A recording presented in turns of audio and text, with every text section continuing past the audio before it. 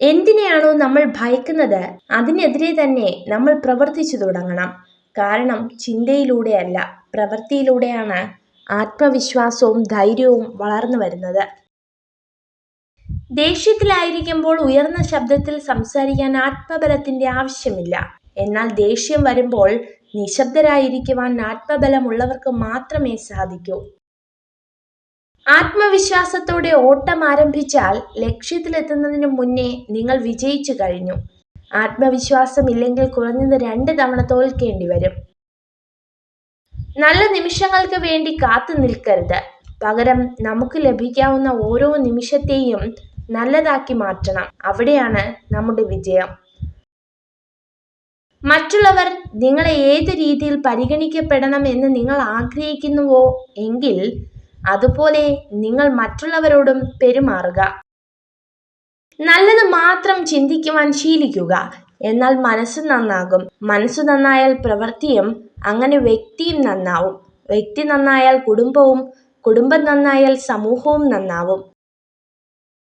എന്തൊക്കെ സങ്കടങ്ങൾ ഉള്ളിലുണ്ടെങ്കിലും അതൊക്കെ ആരെയും അറിയിക്കാതെ ചിരിച്ചുകൊണ്ട് നടക്കണം. നമ്മുടെ സങ്കടങ്ങൾ നമുക്ക് മാത്രമുള്ളതാണ്. സങ്കടങ്ങൾ നമ്മുടെ മനസ്സിൽ തുടങ്ങി നമ്മുടെ മനസ്സിൽ തന്നെ അവസാനിക്കണം. കുന്നോളം സ്നേഹം ഉള്ളിലുണ്ട് എന്ന് പ്രസംഗിക്കുന്നതിനേക്കാൾ നല്ലത് കടുകോളം സ്നേഹം പ്രവൃത്തിയിൽ കാണിക്കുന്നവരെ വിശ്വസിക്കുന്നതാണ്. മറ്റുള്ളവരെ കുറ്റപ്പെടുത്തി സ്വയം നന്നാവാൻ നോക്കുന്നവനേക്കാൾ തരം താഴ്ന്നവർ വേറെയില്ല. വളർത്താനും തളർത്താനും കഴിയുന്നവരാണ് നമുക്ക് ചുറ്റുമുള്ളത്.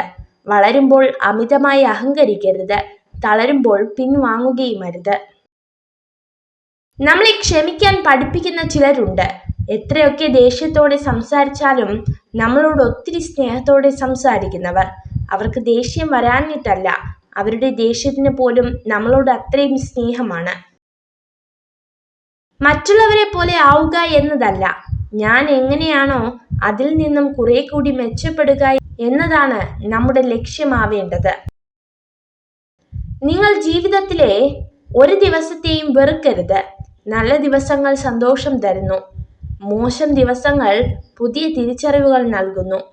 രണ്ടിനെയും സമചിത്തതയോടെ കൈകാര്യം ചെയ്യണം.